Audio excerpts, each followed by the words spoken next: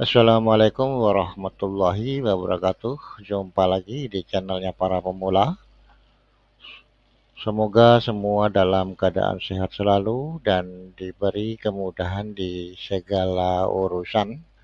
Amin. Langsung saja kita mulai belajar bersama, yaitu tentang cara mengatasi mesin atau engine ekskavator PC200-8 tidak bisa hidup. Ada beberapa item yang perlu kita perhatikan dan kita pelajari yang berhubungan dengan hidup tidaknya mesin atau engine PC200-8. Pada umumnya di bagian ini disebut dengan sebutan fuel system atau bagian bahan bakar. Kita gunakan bahasa yang mudah saja ya, agar mudah dimengerti dan mudah dipahami, khususnya bagi para pemula ya. Kita lanjutkan ya. Kita awali dengan memeriksa solenoid IMV yang ada di supply pump. Ini ya penampakannya. Sebenarnya ini sudah dibahas di konten terdahulu, tetapi sebagai pelengkap ya, biar nyambung dengan apa yang nanti kita pelajari. Tidak ada salahnya jika kita uraikan kembali cara kerja supply pumpnya terlebih dahulu. Sekaligus menanggapi DM dari seseorang ya, melalui WA. Nah, berikut bunyinya, Bang, tolong pencerahannya. Saya menemukan kesulitan tentang engine 6D107E-1 XHPC 200-8.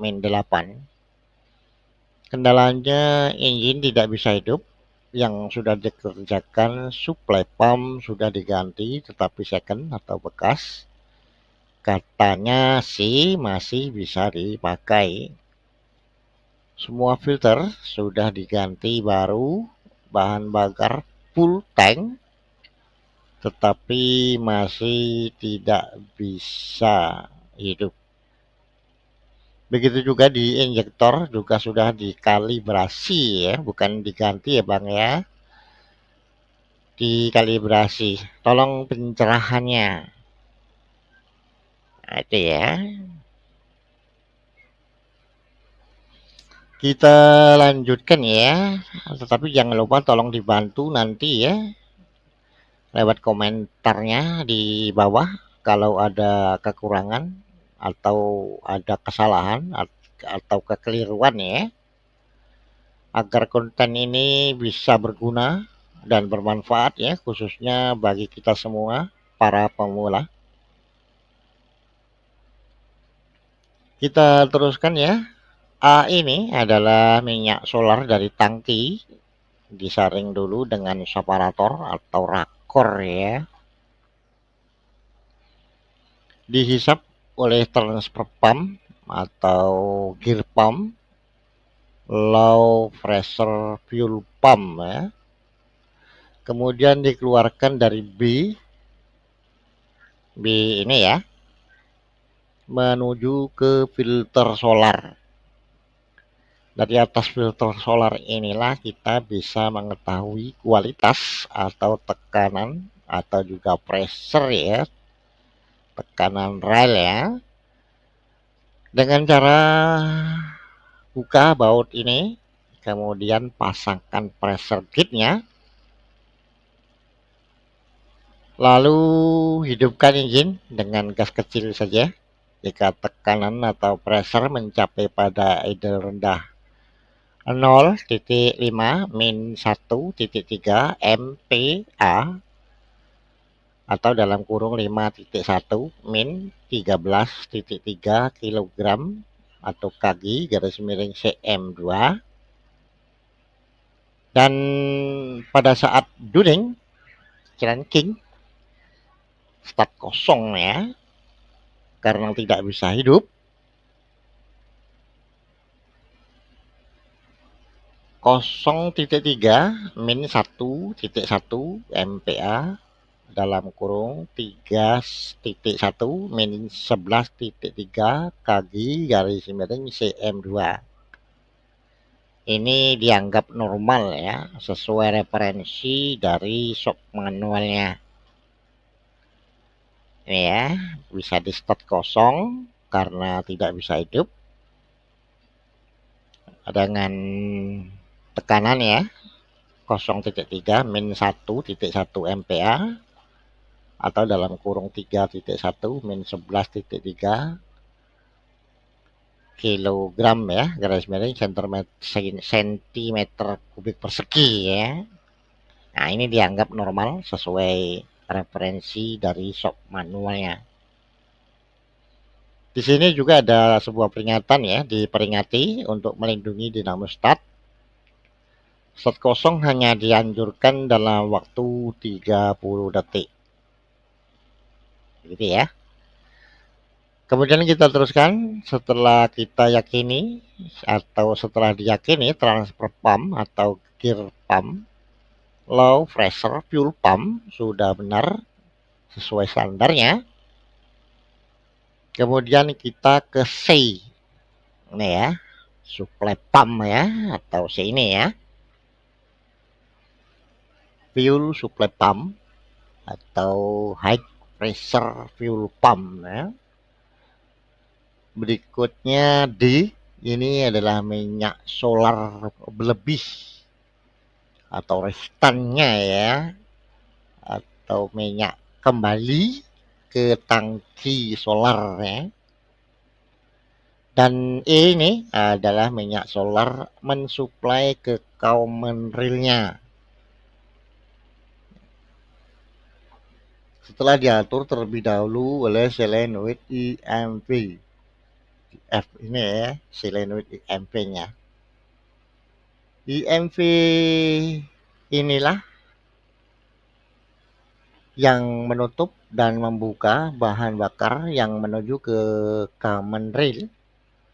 Artinya, jika solenoid ini bermasalah, bahan bakar atau solar tidak akan normal atau tidak akan sampai ke common rail.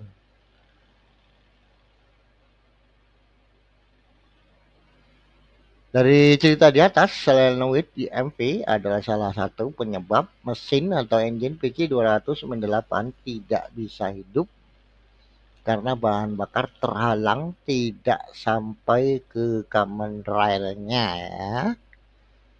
Kita lanjutkan ke common railnya. Gear pump atau low pressure fuel pump ke fuel supply pump atau high pressure fuel pump ya, menuju ke common rail menjadi 1.837 kilogram atau dari sini sentimeter kubik ya. Ini ya. RF ini adalah relief valve atau juga disebut limiter valve ya. Ini mengatur tekanan pressure solar ketika melebihi ukuran yang dianjurkan akan terbuka dan BBM akan keluar dari lubang ini dan kembali ke tangki. Jika RF ini bermasalah, injektor tidak akan tercukupi kebutuhannya yang diperlukan. Akibatnya mesin atau engine tidak akan normal. Kita teruskan atau kita lanjutkan ya ke sensor common railnya ini ya. Sensor ini juga cukup penting ya. Ini elektriknya ya. Sensor inilah yang akan mengirim sinyal ke controller mengatur sesuai perintah dari sinyal yang diterimanya. Kita teruskan lagi ya ke injektor ya. Ada dua masalah yang harus kita ketahui, yaitu satu, pengkabutan atau terlalu banjir dari ujung nozzle-nya, ini ya. Dan dua, ketika solenoid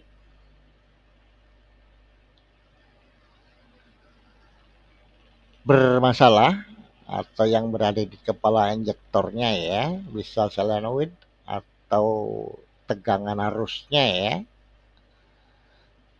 Pada layar monitor panel ketika dalam pengecekan akan tampil seperti berikut ya, seperti layar. Lihat, ini artinya injektor 1, 2, 4 solenoidnya mati atau bermasalah. Kita teruskan dengan mencari tahu tekanan rel dari monitor panel. Ini adalah endingnya ya. Jika kita mempunyai toolnya, ini hanyalah pengalaman pribadi. Kita bisa langsung melihat dari layar monitor panel tanpa harus memeriksa view system terlebih dahulu seperti cerita kita di atas. Tetapi bisa langsung ke menunya. Perhatikan di layar monitor panel. Ini ya, ketika kita ke menu tampilan akan seperti ini. Tekanan rel 28 dan perintah tekanan rel 390 sampai 391 ini ya. Ini dalam keadaan standby ya. Dan sekarang coba kita start.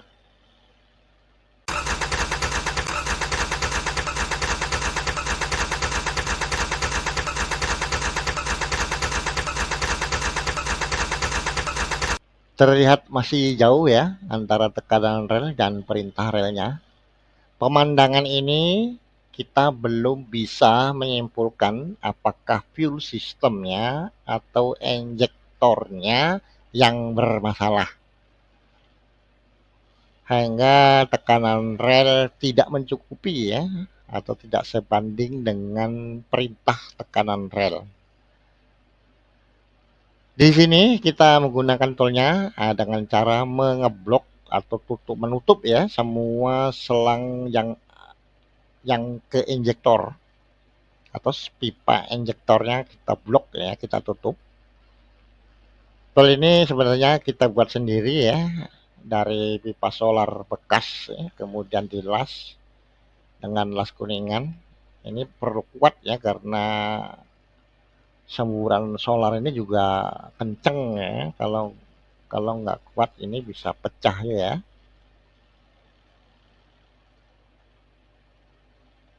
Kita las kuningan atau kita apapun lah ya, yang penting solar tidak keluar ya. Lanjutkan dengan kita start kosong dan perhatikan di layar monitor panel.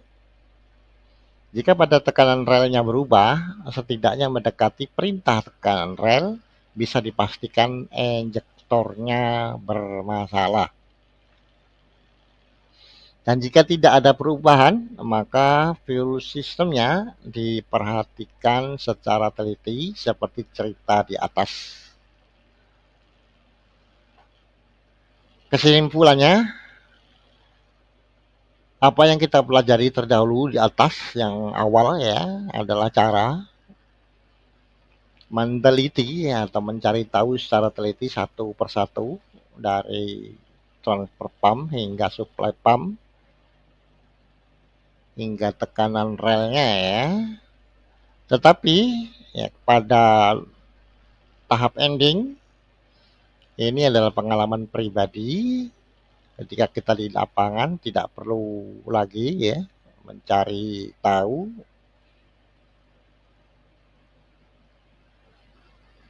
tekanan supply pump dan tekanan transfer pump ya. Langsung saja ke menu monitor dengan cara mengeblok atau menutup semua pipa solar yang ke injektor. Dengan demikian kita diberi pilihan antara injektor dan daerah fuel sistemnya ya yang sudah dijelaskan di atas. Mungkin sampai di sini dulu ya. Insya Allah di konten berikutnya kita bahas tahap demi tahap hingga tuntas. Jika ada yang belum jelas atau ingin menanyakan yang sesuai dengan materi ini ya, silakan dikomentari, barangkali kami atau teman-teman lain bisa menjelaskan atau menjawabnya. Dan jangan lupa dikasih tahu teman lain, barangkali mau bergabung untuk belajar bersama ya. Harapan kami mudah-mudahan konten ini bisa berguna dan bermanfaat khususnya bagi para pemula. Karena konten ini memang disajikan khusus bagi pemula yang memang ingin belajar bersama ya. Akhirnya, lebih dan kurangnya jika ada kekurangan, ada kesalahan, atau ada kekeliruan, mohon dimaafkan. Wabillahi taufik wal hidayah. Wassalamualaikum warahmatullahi wabarakatuh.